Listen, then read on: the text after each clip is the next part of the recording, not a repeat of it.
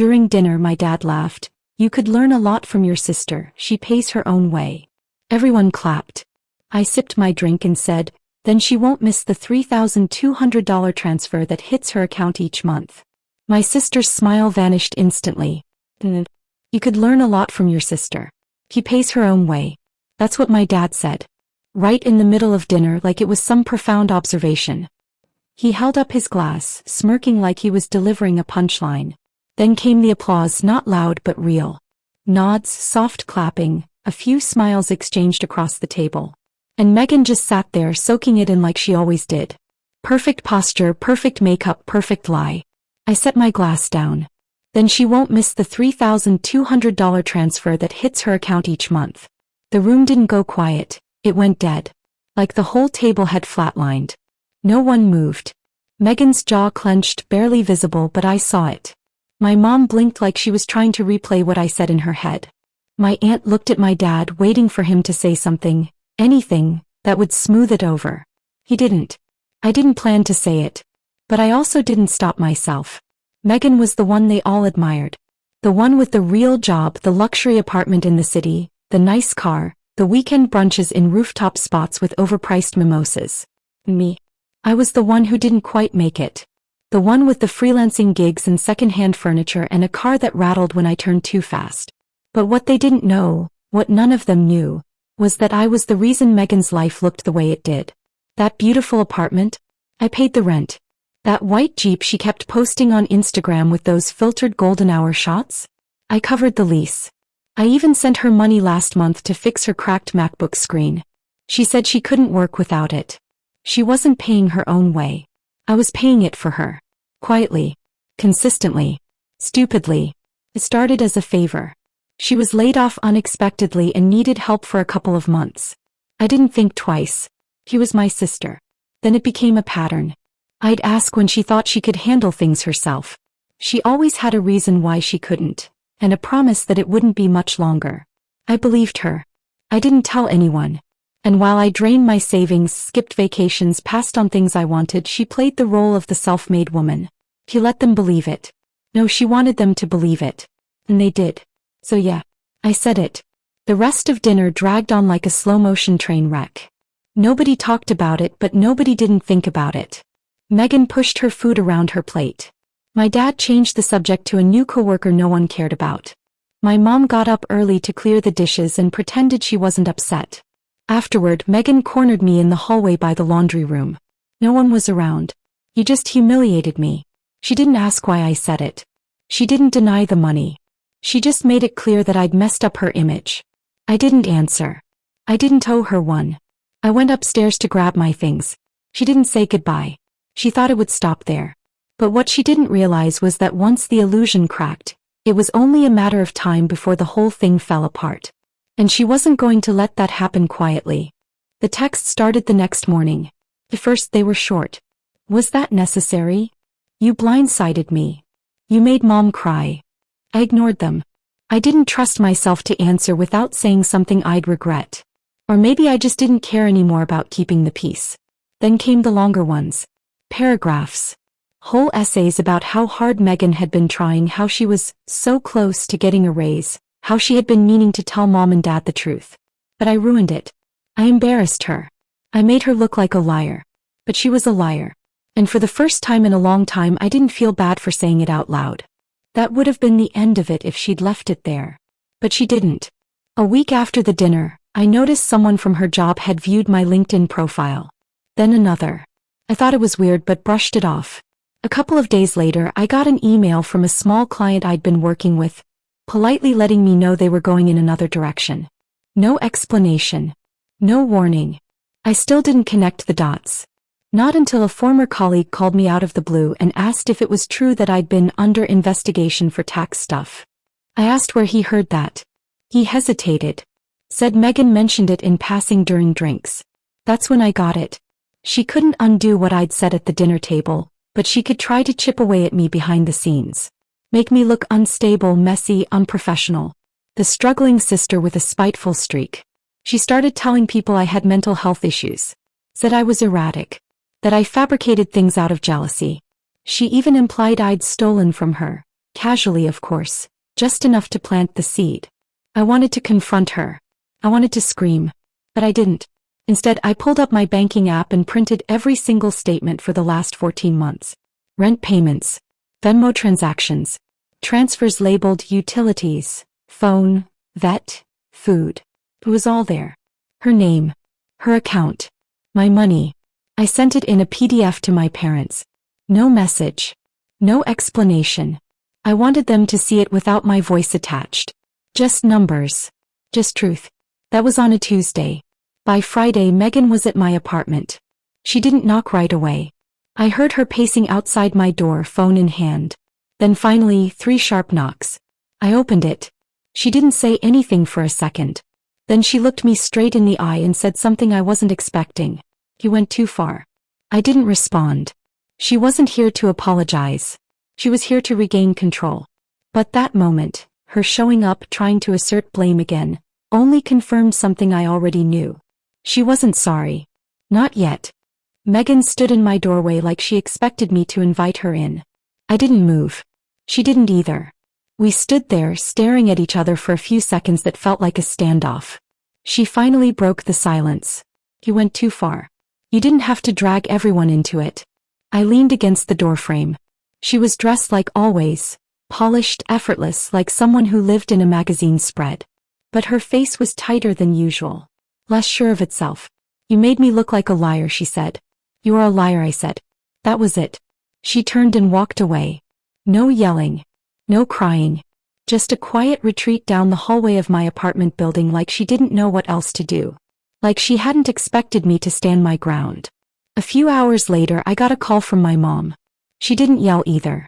She asked if we could talk calmly. I let her speak. She said she was disappointed. That she wished I'd come to her privately. That family things stay in the family. I asked her one question. "Did you know I was sending her money?" She didn't answer. Just exhaled like she didn't like the question. I told her I'd been doing it for over a year. That I'd let Megan borrow thousands, with zero intention of seeing it back. And that the whole time, I watched them praise her while pretending I was some underachieving, jealous afterthought. There was a long pause on the line. Then my mom said something I wasn't prepared for. "We thought she was helping you." That knocked the air out of me for a second. Megan had told them she was the one sending me money. That she was helping me get back on my feet, while I figured my life out. I hung up. I didn't cry. I didn't even feel surprised. Just tired. Like I'd been pushing a boulder uphill for so long I forgot what standing still felt like. The next 2 weeks were quiet. No calls. No messages. I figured Megan was regrouping, maybe spinning a new story. But then things started falling apart for her. She was let go from her job. That was the first domino. I found out through a mutual friend. No warning. No notice. The official reason was downsizing, but I wasn't stupid. Someone finally looked too closely. Then her landlord started asking questions about late payments. Then her car was towed. Turns out she hadn't been paying the lease I was covering. Not since I cut her off. She texted me once. "Happy?" I didn't reply. But I wasn't happy. Not really. This wasn't about revenge. I didn't want her to crash. I just wanted her to stop lying. To stop pretending. To stop turning me into the failure so she could keep wearing the crown. She always thought I'd stay quiet forever. But the thing about silence is that when it finally breaks, it echoes. A few days after her last text, "Happy?" Megan showed up at my office. Not my home. My office. She came during lunch, dressed like nothing was wrong. Hair done, heels on, sunglasses perched like she was walking into a brunch, not into the same building where she'd been telling people I was unstable. The receptionist buzzed my desk, said, "There's a Megan here to see you," like it was normal. I met her in the lobby. She was already standing near the door, eyes scanning the room like she didn't want anyone to notice she was there. "You're going to lose everything if you keep going," she said, quiet and sharp. She wasn't bluffing. I could tell by the way she stood. She had something. I didn't answer. Just crossed my arms and waited. She took out her phone and showed me screenshots. Messages I'd sent her months ago. Out of context. Stripped and pieced together to make me sound unstable. Things like, "I'm drowning and no one gives SHT. Asterisk and asterisk. Don't say anything to mom, she already thinks I'm a joke. Sis." She'd been saving them. For months. Waiting for the moment I stopped being useful. She said she'd show them to people. Friends. Clients. Employers. She said no one would believe my version once they saw how I really talked. That it would be easy to make me look bitter. Jealous. Unhinged. I asked her one question. Why? She didn't answer. Just stared at me like I was the dumb one for not understanding the rules. For not getting that this wasn't about truth anymore. It was about narrative. About who could get people on their side fastest. She wanted me quiet again. Back in the corner. Helping her from behind the curtain while she got the applause. I guess it scared her to realize I could burn the whole script. I told her to go. She left without another word. Later that night I backed up every file. Every screenshot. Every bank statement. Every email. I opened a private folder and added it all. Not to use against her but in case she forced me to. The next day someone tried to log into my old freelance portfolio. 3 times. Password reset request. IP traced back to a city she frequented. That's when I knew this wasn't just damage control for her. It was war. She couldn't let it go. She couldn't stand being exposed. So she did what she always did. Shifted the story, tried to destroy mine. She reached out to old clients of mine, hinted at family drama without using my name. Left just enough room for assumptions to fill in the rest. But what she didn't count on was that people had started asking questions about her now. People who used to believe every curated story she posted online. Her LinkedIn went quiet. Her Instagram dried up. No more brunches. No more gym selfies. No more inspirational posts about discipline and hustle. One of her friends, someone who once called me the jealous sister at a wedding, reached out. Told me they had no idea I was the one who'd been helping her. Said Megan told them she was sending me money to help with my credit card debt. That was the tipping point. I sent her one final message. If you try to sabotage me again, I will send the documents to everyone. Family, your old job, your landlord, your friends. I don't care if it burns everything. I'm done being quiet. She didn't reply. Not that day. Not that week. But she would. And not in the way I expected. 3 weeks passed. Silence. Not a text. Not an email. Not a single attempt to twist the knife again. I didn't trust it. Megan had always been the type to go quiet right before pulling something big. And after everything, the threats, the half-truths, the subtle sabotage, I assumed she was working on some final move. Kept my head down. My work picked back up. A few of the clients who had quietly backed away started circling back after realizing whatever she'd hinted at didn't hold up. One even said, "It's funny, the ones who scream the loudest usually have the most to hide." So I stayed alert. Then one night, just after 9 p.m., there was a knock at my apartment door. I wasn't expecting anyone. I checked the peephole. It was her. Not dramatic, not crying. Just tired. Eyes swollen like she hadn't been sleeping. No makeup. Hoodie, sneakers, hands in her pockets like she was 16 again and got caught sneaking back in after curfew. I opened the door barely. She looked up at me and said, "I can't keep doing this." So, she didn't try to come in. She didn't look angry. Just worn down. Like someone who'd finally run out of versions of herself to perform. I didn't say anything. I let the silence do what it needed to do. She said she'd lost her job weeks ago. Not because of me, but because someone started asking about her pay stubs and she didn't have them. The company had no record of any direct deposit for the last 6 months. Turns out she hadn't been working full-time at all.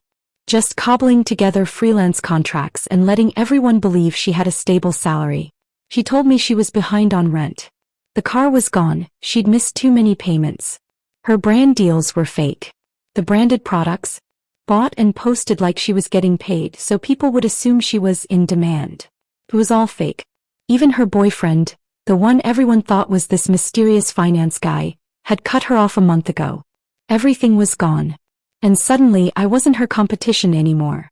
I was the only person who still answered the door. She apologized. Not performatively. Not like before. She didn't blame me. She didn't try to twist it into "you hurt me too." She just stood there and said she was sorry. That she was ashamed. That she knew what she did and what she let me take the fall for. She admitted she was scared. Not just of losing things. Of being nothing once the illusion was gone. Of people finally seeing her for who she really was. And that she hated how easy it had become to lie. Then she said something that stuck. I thought if I let people think I had it all together, maybe I'd believe it too. But the only reason it worked was because you let it. I didn't forgive her right there. It wasn't a movie. We didn't cry and hug it out. But I nodded once. Just enough to let her know I heard her. I didn't invite her in. But I told her to call me in the morning. He said okay. Then she turned and walked away. And for the first time since this whole thing started, I didn't feel like the forgotten sister anymore. I felt like someone who finally told the truth and made it stick.